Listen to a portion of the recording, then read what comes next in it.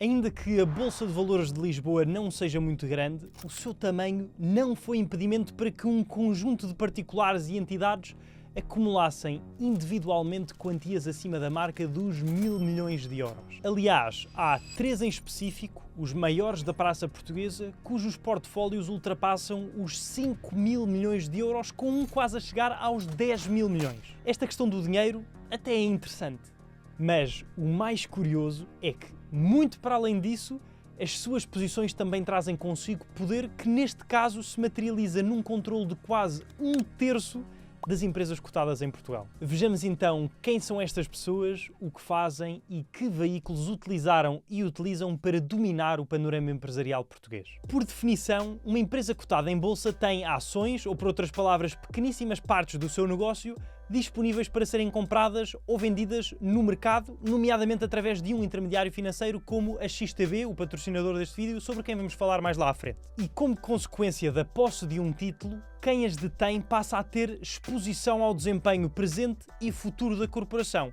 tanto no sentido positivo, podendo ganhar dinheiro com a eventual distribuição de dividendos e ou uma possível valorização da ação, como negativo, ficando com um ativo cujo preço desvalorizou e que, querendo vender, pode valer menos do que o montante pago. É por isto que é importante lembrar que, ao investir, o capital está em risco na medida em que o valor dos ativos pode subir ou descer e é possível obter de volta uma quantia inferior à inicialmente aplicada. Ora, normalmente esta posição não tem um grande impacto no dia-a-dia da maior parte das pessoas porque as cotadas estão divididas em centenas de milhares ou milhões de participações e uma grande fatia de quem investe apenas compra meia dúzia delas, ou às vezes nem isso. Ou seja, apesar de terem uma ínfima parte da sua posse, a percentagem é tão reduzida que acaba por não ser relevante nas operações. Estas posições que tendem a ter um inferior impacto efetivo no negócio são as chamadas posições não qualificadas. Por outro lado, os acionistas com posições qualificadas, que em Portugal são quem detiver direta ou indiretamente pelo menos 5% do capital social ou dos direitos de voto da participada, segundo a alteração ao Código dos Valores Mobiliários de 31 de dezembro de 2021,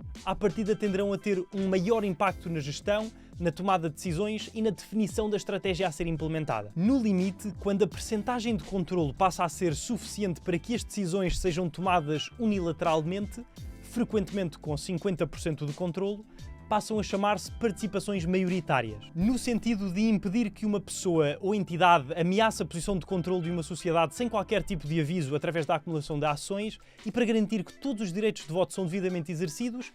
Quando um investidor adquire, aumenta ou diminui posições qualificadas para cima ou para baixo de determinados limiares numa qualquer cotada, existe a obrigatoriedade da comunicação do sucedido tanto à empresa como à CMVM, o regulador dos mercados em Portugal, no prazo máximo de 4 dias de negociação, sendo mais tarde divulgado ao público através de um comunicado ou do relatório e contas anual que apresenta sempre a estrutura do capital. Ainda bem que assim o é, porque sem isso não saberíamos quem está por trás das corporações, nem poderíamos investigar as suas qualificações e intenções. Mas, sem essa informação, seria impossível perceber que quase 1/3 de toda a Bolsa Portuguesa é controlada por apenas 3 bilionários, nem a imagem do panorama do mercado acionista português que vamos ver agora mesmo seria tão completa.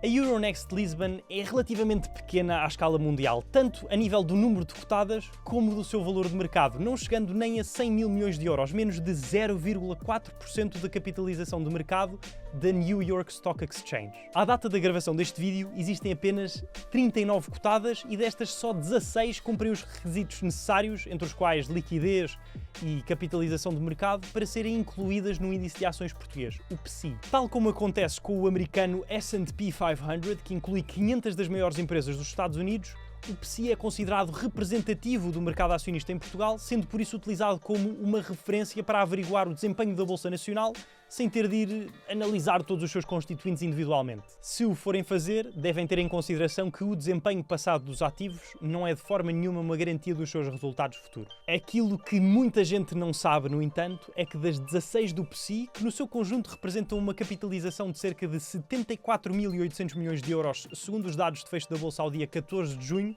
que foram os que usámos para fazer a análise que nos permitiu chegar aos maiores acionistas, há 5 estruturas que representam no seu conjunto mais de 80% do valor de mercado total, cerca de 60.300 milhões, e 2 delas formam mais de 40%, quase 30 mil milhões. Estando uma delas sob o controle maioritário da outra, podemos no fundo dizer que 40% da performance do PSI, que como disse é frequentemente utilizado para refletir o da Bolsa Portuguesa como um todo,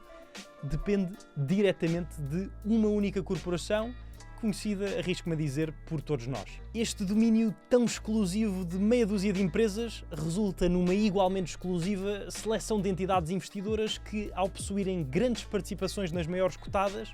acabam por controlar uma significativa porção do mercado. Para analisarmos quem detém que percentagem e de que empresa e chegarmos às conclusões que vamos falar de seguida, fomos analisar todos os últimos relatórios e contas e mais recentes comunicados das 16 empresas do PSI, investigar quem está por detrás de cada uma das 48 personalidades jurídicas com participações qualificadas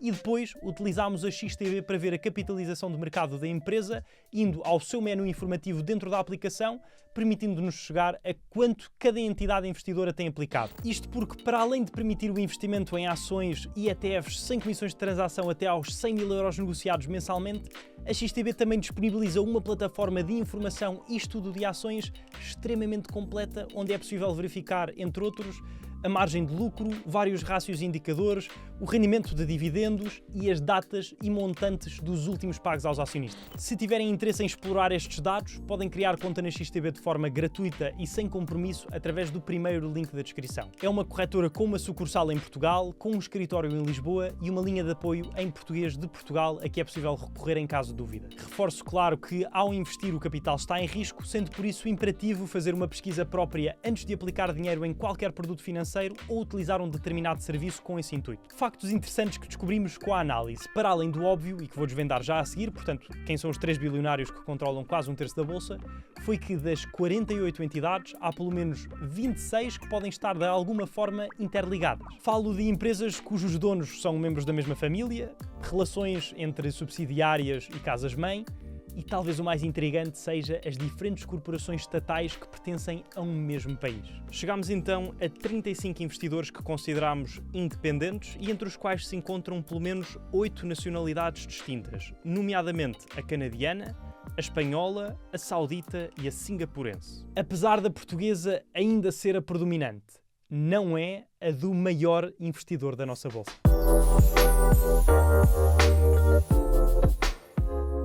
Quem tem o maior peso na Bolsa de Lisboa é um veterano que tem marcado presença constante nas cotadas nacionais desde 2011. Iniciou-se com um investimento de 2.700 milhões de euros na EDP e hoje conta já com um portfólio de cerca de 8.500 milhões de euros de participações diretas e indiretas em pelo menos 5 empresas do PSI, controlando 11,3% de todo o índice. Estou a falar do Estado chinês, neste momento presidido por Xi Jinping, que faz os seus investimentos utilizando 3 entidades estatais distintas. A China Three Gorges Corporation, com uma participação de 21,1% na EDP e indiretamente na EDP Renováveis, a State Grid Corporation of China, com 25% da REN,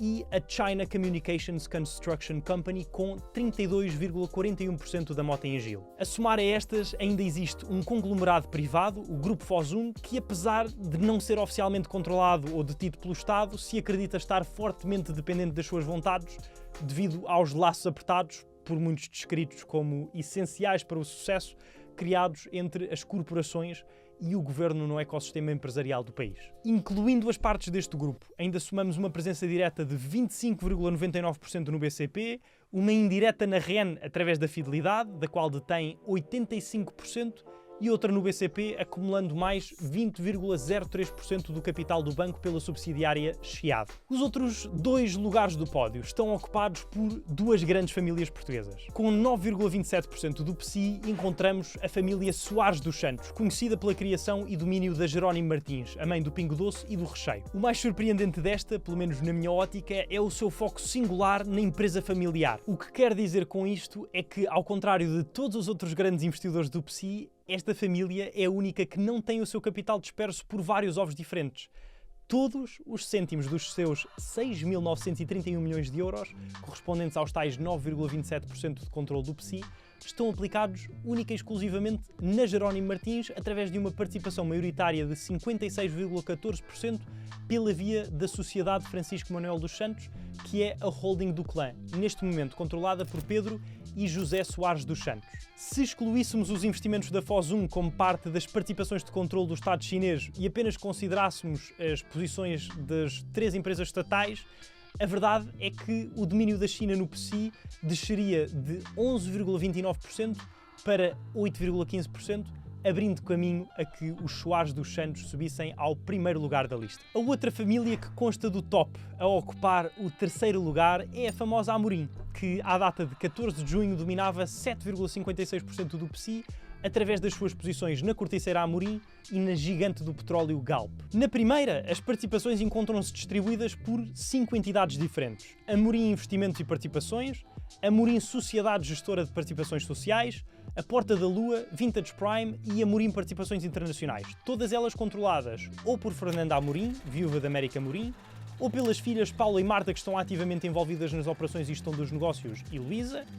ou pela esposa e descendentes de António Ferreira de Amorim, irmão de Américo, que morreu no passado dia 14 de maio com 95 anos. Na Galp, que é a terceira maior empresa cotada, com um lucro de mais de 1.000 milhões de euros em 2023, detêm 35,8% do capital através da Amorim Energia, uma das holdings sobre as quais a família tem controle maioritário. Tão ou mais curioso do que os temas sobre os quais acabámos de falar é o nível de remuneração das pessoas ao leme das operações do dia-a-dia de todos estes colossos,